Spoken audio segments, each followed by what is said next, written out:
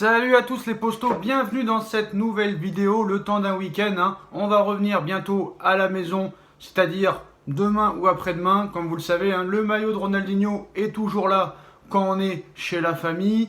Et on va parler aujourd'hui de deux très grosses informations, les postos. Premièrement, le clash Kylian Mbappé-Neymar Junior hier soir pendant la sortie et pendant le match du Paris Saint-Germain contre Montpellier, et aussi la bombe de Florentino Pérez aujourd'hui à propos de Kylian Mbappé. Donc on va parler un petit peu du clash entre Mbappé et Neymar. Mbappé était très énervé hier lors de sa sortie, et quand il a vu en plus Neymar, qui a joué vraiment très personnel hier, faire une passe décisive à Julian Draxler, Mbappé ça lui a pas plu du tout. Donc Kylian Mbappé attaque Neymar, bon c'est un message très fort du Paris Saint-Germain. La victoire du Paris Saint-Germain contre Montpellier n'a pas masqué un malaise grandissant entre Kylian Mbappé et Neymar. La star française du Paris Saint-Germain estime publiquement que le Brésilien l'a zappé.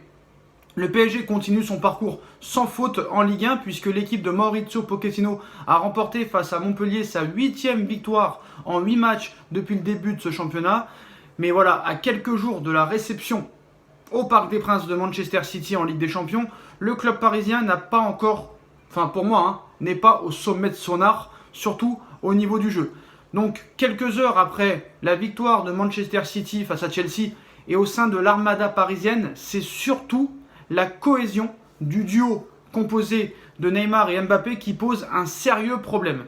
Car si les saisons précédentes, les deux stars offensives du Paris Saint-Germain affichaient réellement une vraie complicité sur les terrains, ce n'est clairement plus le cas, surtout depuis l'arrivée de Léo Messi.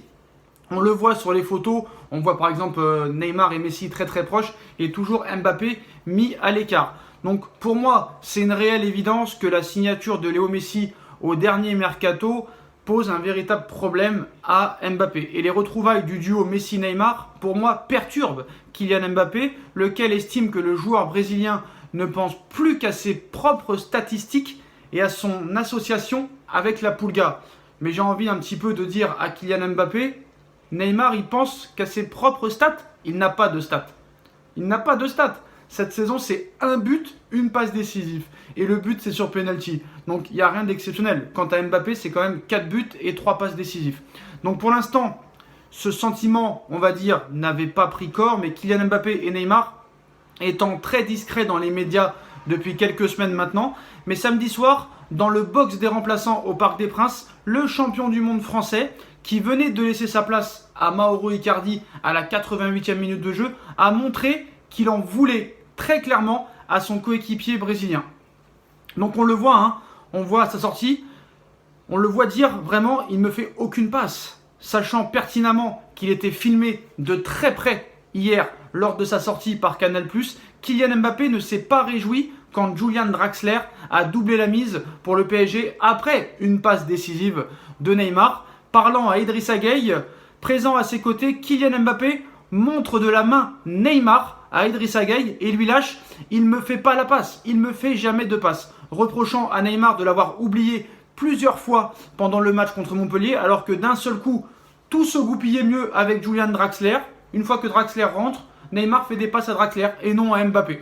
Bien évidemment, cette séquence a rapidement été relayée par les réseaux sociaux et les commentaires n'ont pas été tendres pour les deux joueurs. Mbappé, moi, je vais défendre ni l'un ni l'autre.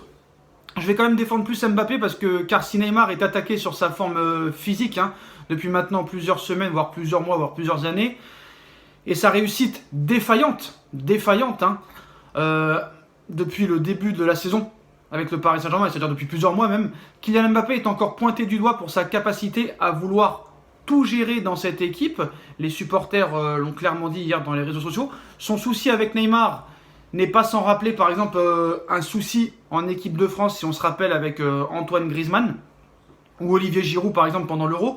Le PSG et Pochettino maintenant ont tout intérêt à rectifier le tir avant le choc face à Manchester City, sous peine de connaître un match très difficile. Et s'il y a défaite mardi soir, je dis pas que c'est élimination, mais ça commence à être problématique.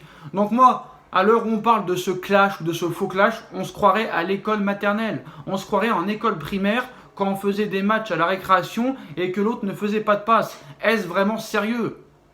Là, on n'est pas pris au sérieux. Il faut arrêter maintenant. Il faut que tout le monde joue dans le même sens. Alors, à propos de Marco Verratti et de Lionel Messi, toujours incertain pour le match de mardi soir, mais Marco Verratti et Lionel Messi ont repris l'entraînement collectif. Seront-ils là pour le match de City? Seront-ils à 100%? En tout cas, on l'espère, les postos.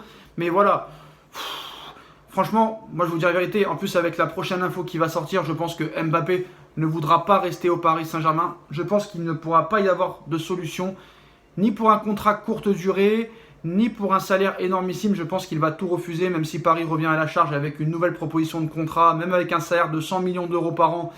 Bah, il refusera. Moi, je pense qu'il refusera. Il ne prolongera pas au Paris Saint-Germain. Voilà. Neymar, c'est ça, je pense que ce qui énerve Mbappé, c'est que Neymar, c'est le chouchou de ce club. Neymar, c'est le chouchou du président, c'est le chouchou un petit peu de Leonardo, c'est le chouchou du prince. Peu importe son comportement, peu importe ses performances. On voit qu'hier, il rate encore de nombreuses occasions. Le dernier but de Neymar dans le jeu au Paris Saint-Germain, personne n'en a le souvenir, surtout en Ligue 1, parce qu'en Coupe de France, je crois que c'était contre Angers en quart de finale. Mais le dernier but de Neymar dans le jeu en Ligue 1, je crois que c'est un match contre Lens au mois de décembre 2020 ou janvier 2021, je n'ai plus réellement le souvenir. Je crois que c'était au parc contre Lens, si je m'en souviens bien. Mais bon, pour moi, c'est des enfants gâtés. Et on en vient à la deuxième info, les postos. Florentino Pérez annonce très clairement l'arrivée de Kylian Mbappé l'été prochain. Surpris par des caméras à la sortie du stade du Santiago Bernabéu hier, Florentino Pérez a laissé fuiter à des supporters du club merengue l'arrivée prochaine de Mbappé au Real Madrid. Mbappé au Real Madrid, le feuilleton a tenu en haleine tous les supporters du Paris Saint-Germain et aussi les supporters du Real Madrid tout l'été qui vient de passer. Finalement, malgré des offres avoisinant plus de 200 millions d'euros venus de la capitale espagnole, l'attaquant français de 22 ans n'a pas bougé. Maintenant, comme vous le savez, Mbappé est en fin de contrat dans moins de 9 mois maintenant.